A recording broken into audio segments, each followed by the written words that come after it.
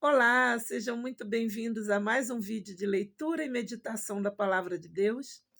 Hoje, dia 3 de fevereiro de 2025, e nós estaremos meditando no Velho Testamento, ainda no livro de Deuteronômio, dando continuidade ao estudo que nós começamos ontem, no capítulo 4 de Deuteronômio, do versículo 15 até o 24. Eu já vou prevenir vocês que nós vamos passar alguns dias meditando Deuteronômio, né? Nós vamos meditar até o dia 5 e vamos meditar até o versículo 40, ok? E você, já pegou a sua Bíblia? Pega lá que eu espero.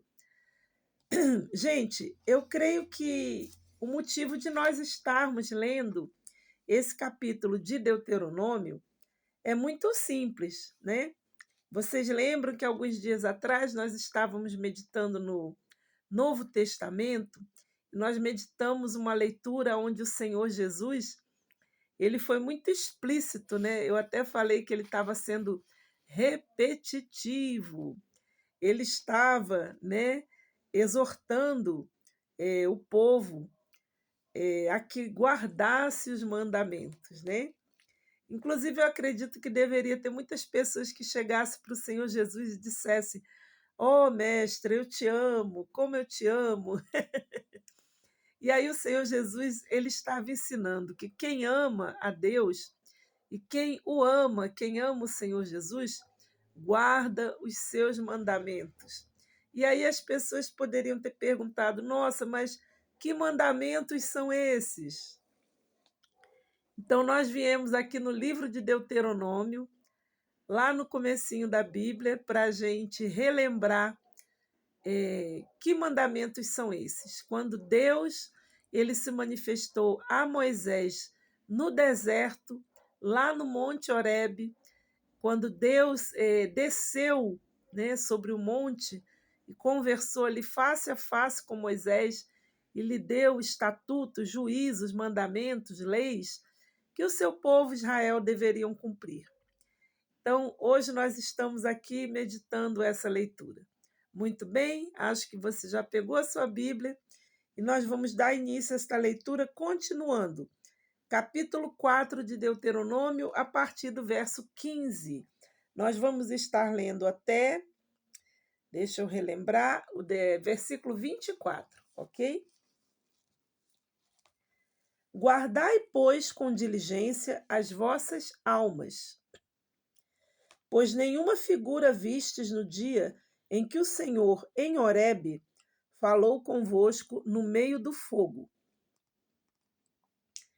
para que não vos corrompais e não vos façais alguma imagem esculpida na forma de qualquer figura, semelhança de homem ou de mulher, figura de algum animal que haja na terra, figura de alguma ave alada que voa pelos céus, figura de algum animal que se arrasta sobre a terra, figura de algum peixe que esteja nas águas debaixo da terra, que não levantes os teus olhos aos céus e vejas o sol, a lua e as estrelas, todo o exército dos céus, e sejas impelido a que te inclines perante eles e sirvas aqueles que o Senhor teu Deus repartiu a todos os povos embaixo do céu.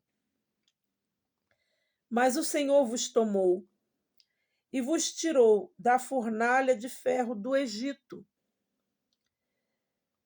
para que lhe sejais por povo hereditário, como neste dia se vê. Também o Senhor se indignou contra mim por causa das vossas palavras, e jurou que eu não passaria o Jordão e não entraria na boa terra que o Senhor teu Deus te dá por herança. Porque eu nesta terra morrerei, não passarei o Jordão, porém vós o passareis e possuireis aquela boa terra. Guardai-vos e não vos esqueçais da aliança do Senhor vosso Deus, que tem feito convosco, E não façais para vós escultura alguma, imagem de alguma coisa que o Senhor vosso Deus vos proibiu.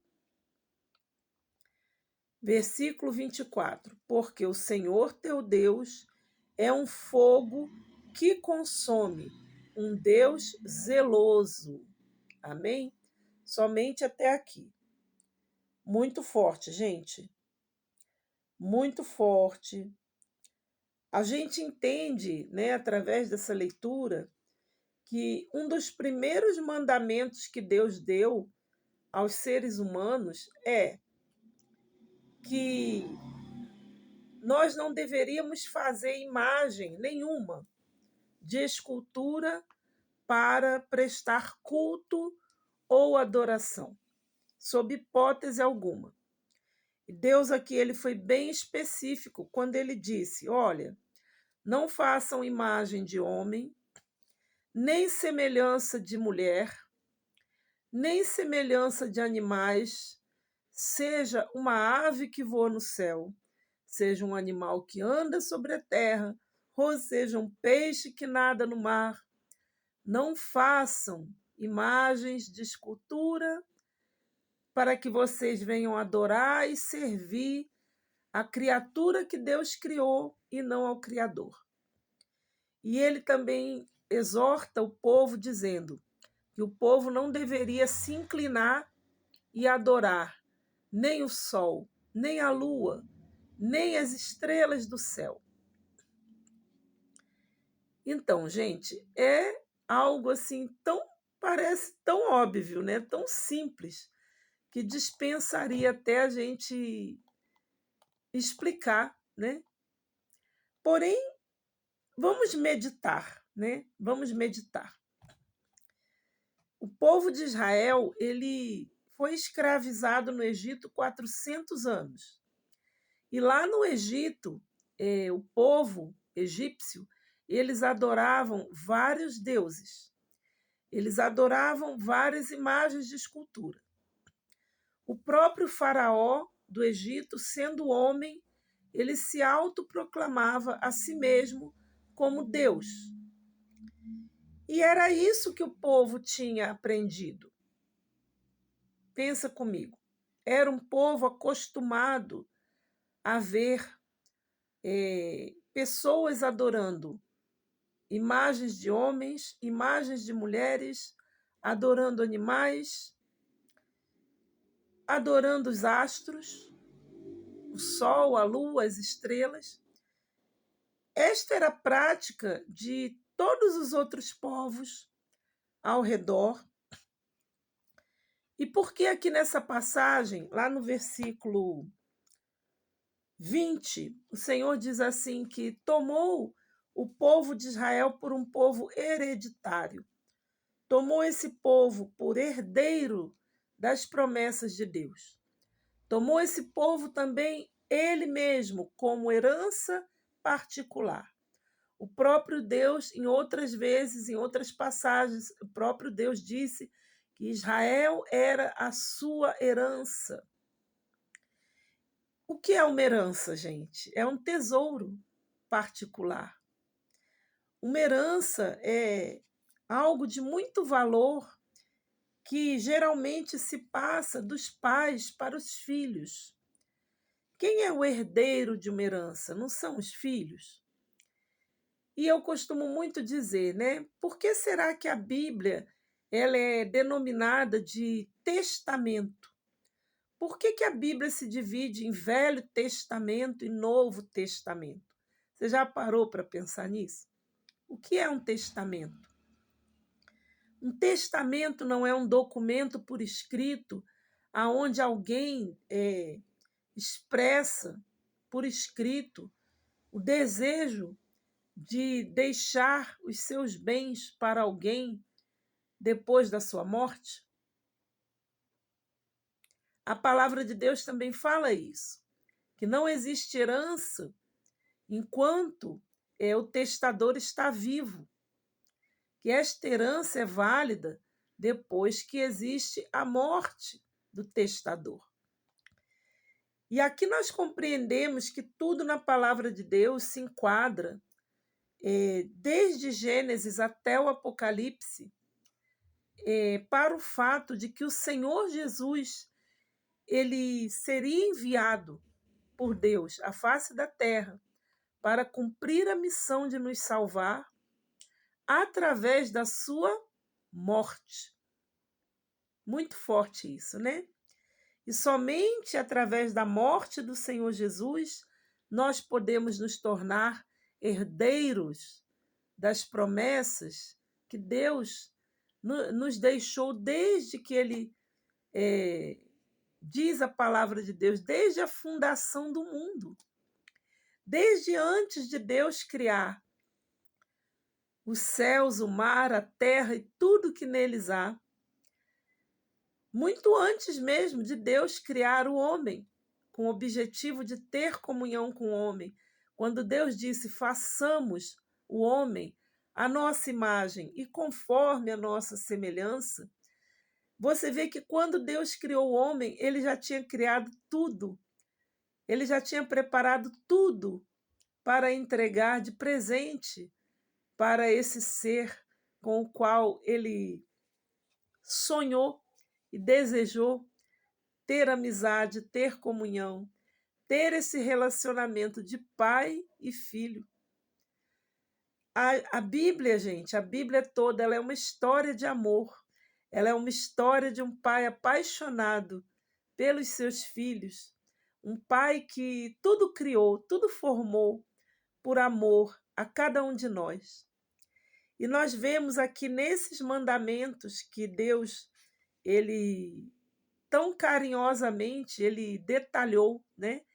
Ele não simplesmente falou assim: olha, gente, não façam imagem de escultura para vocês adorarem. Isso é terrível, isso é algo que o ser humano faz e que afronta diretamente o amor de Deus. O ser humano ele tem essa tendência de idolatrar coisas, idolatrar pessoas. Você não precisa pensar muito, né? Você vai lembrar de alguém que tem uma imagem de escultura em casa, né? Eu não vou entrar em detalhes porque se faz desnecessário. Mas você vai lembrar de alguém. Eu cresci numa casa rodeada por imagens de escultura, que o meu pai se orgulhava em dizer que ele tinha herdado, né, da mãe dele, minha avó. E aquelas imagens de escultura, elas fizeram parte da minha infância. Até o dia que eu entendi que aquelas imagens de escultura, elas não faziam sentido algum. Vocês lembram que alguns dias atrás nós meditamos o Salmo 115, né? O Salmo 115 ele fala das imagens de escultura, que tem olhos, mas não veem, tem boca, mas não falam, tem pés, mas não andam, tem ouvidos, mas não ouvem. E como é possível você ver seres humanos até o dia de hoje conversarem com imagens de escultura? Abrirem seus corações para imagens de escultura, fazerem votos para imagens de escultura, cumprirem votos para imagens de escultura.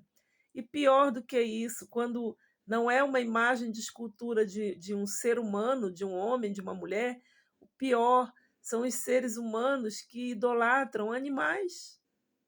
E existem, né, povos, também não vou entrar em detalhes, né?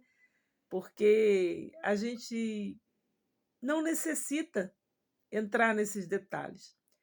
Mas com certeza você já ouviu falar de povos que idolatram, por exemplo, uma vaca, aonde a vaca é um deus. Se a vaca parar no meio da rua, ninguém pode tirar a vaca de lá. Para o trânsito, mas não se pode tocar na vaca e não se pode tirar a vaca da rua. E o pior, países onde a fome é extrema, mas aquele povo não come os animais, como, por exemplo, a vaca não pode ser tocada, porque ela é sagrada. Imagina isso, gente. A vaca que para nós é um alimento, a vaca que para nós ela é, como é que eu posso dizer assim, um meio de subsistência, né? Eu já ouvi que do boi, né, da vaca se aproveita tudo, tudo. Você vê que o couro, né, se faz objetos, utensílios, né, tapetes, bolsas, né, se faz sapato, sei lá, tudo que se pode imaginar que possa ser feito com couro, pode ser feito com couro desses animais. E até os ossos são aproveitados. É feito botão, né? Tem várias utilidades para os ossos dos animais. Enfim, não se perde nada. Na pecuária não se perde nada dos animais. E em determinados países as pessoas passam fome e não pode comer o animal, porque lá o animal é um deus, é idolatrado como um deus. Pior, se fosse apenas uma vaca, né? Mas um país onde se idolatram ratos. Ratos são tidos como deuses. Existem templos para cultivo, criação, alimento e, pior, adoração dos ratos, porque os ratos são tidos como sagrados, como deuses para aquele povo. E isso para nós pode parecer um absurdo, mas para eles, através de milhares de anos, foi a cultura que eles conheceram, né? E eu lamento e eu penso muito, existe também uma passagem, né, na Bíblia Sagrada que o apóstolo, se não me engano, Paulo, ele faz uma meditação, ele diz assim: como crerão no nome daquele de quem nunca ouviram falar? Ele estava se referindo ao Senhor Jesus. Ele estava se referindo à ordem de que nós devemos ir e pregar o evangelho a toda criatura. E ali ele estava meditando e dizendo: como crerão no nome daquele de quem nunca ouviram falar? E ele vai mais longe e diz assim: e como ouvirão se não há quem pregue? Ou seja, como eles vão crer no nome de Jesus se eles nunca ouviram falar de Jesus? Mas como eles vão ouvir falar de Jesus se não há quem pregue, né? E como as pessoas pregarão se não forem enviados? Ele faz essas 3 perguntas. Então, por isso nós somos enviados por Deus a pregar o evangelho a toda criatura. E a palavra de Deus nos exorta a que nós devemos orar. O próprio Senhor Jesus, ele falou, ele disse: a seara é grande, os trabalhadores são poucos. Rogai ao Senhor da seara que mande trabalhadores para a sua seara. E você já percebeu quantas pessoas que você conhecia que faziam a obra de Deus e que desistiram no meio do caminho e que pararam no meio do caminho? Ou pior, que voltaram atrás e abandonaram a fé? Quantas pessoas que você deve conhecer que elas eram, né? Elas eram, não são mais tementes a Deus, não são mais servos de Deus, não são mais pregadores do Evangelho, Deus não pode mais contar com elas. A gente costuma dizer que existem 2 igrejas, né? Existe a igreja, né, física, que é o templo, que são o local, né, onde as pessoas se reúnem para congregar, para ouvir a palavra, para louvar a Deus, enfim. Mas o templo físico, as pessoas que estão na igreja, nem todas elas são parte da igreja espiritual. Quem é a igreja espiritual? Quem são os membros da igreja espiritual? Aqui no versículo 15, nós temos essa resposta. Leia aí comigo. Guardai, pois, com diligência as vossas almas. Muito forte, né? Vamos ler novamente? Guardai, pois, com diligência as vossas almas. Então, a igreja espiritual ela é composta de todos aqueles que guardam a sua alma do pecado. A igreja espiritual ela é composta daquelas pessoas que verdadeiramente amam o Senhor Jesus, ouvem, aprendem, guardam e cumprem os seus mandamentos. Pense nisso. Olha, eu vou parar por aqui. Já temos 20 minutos já nessa conversa. Para mim é uma conversa deliciosa, né? Para mim é uma conversa gloriosa. Se você me deixar aqui falando da palavra de Deus e do Senhor Jesus, eu vou falar 2 horas aqui. Se você deixar, eu vou falar 3. Vou até virar o dia falando da palavra de Deus, porque, gente, não existe nada melhor do que a gente meditar na palavra de Deus. E pensa comigo, o que são 20 minutinhos do seu dia dedicados a você compreender a vontade de Deus, para o sentido de você guardar a sua alma com diligência. Olha que forte, né? Vou ler de novo. Guardai, pois, com diligência as vossas almas. O que é diligência, gente? Diligência é um cuidado diário. Diligência é um cuidado perseverante. Diligência é um cuidado de alguém que faz aquilo com prazer, não faz por obrigação. O diligente, ele é aquela pessoa que entendeu que algo é importante para ela e ela se dedica naquilo, né? Se você é diligente em qualquer área da sua vida, você vai ter sucesso. E se você é diligente no estudo da palavra de Deus, em aprender a vontade de Deus para a sua vida, em guardar essa palavra no seu coração, como nós também temos o salmo que diz: escondi a tua palavra no meu coração para eu não pecar contra ti. Você deve reparar que eu não fico citando livro, eu não fico citando versículo, capítulo, não. Porque, gente, vamos ser sinceros, o que é mais importante? É mais importante você ficar citando capítulo e versículo da Bíblia, ou é mais importante você conhecer o que está escrito?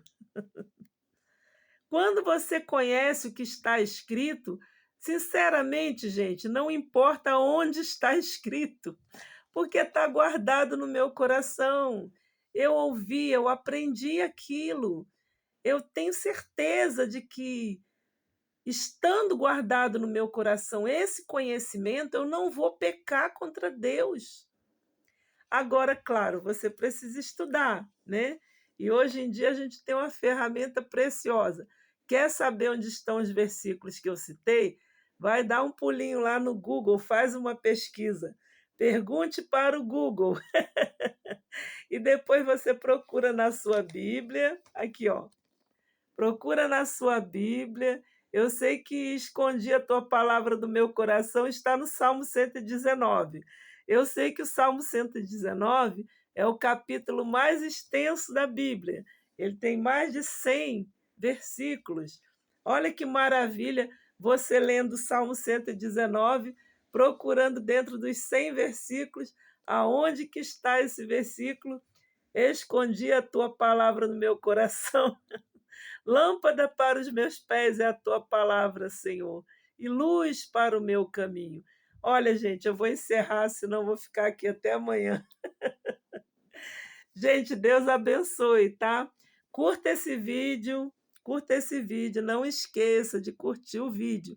Você não está curtindo o vídeo, hein? E você ainda não se inscreveu no canal. Então, faça uma gentileza para mim. Curta esse vídeo, se inscreva no canal, ative as notificações e deixe o seu comentário. Deixe seu comentário aqui, eu respondo todos os comentários, tá bom? Até amanhã nós estaremos aqui novamente dando prosseguimento a essa leitura de Deuteronômio. Até amanhã.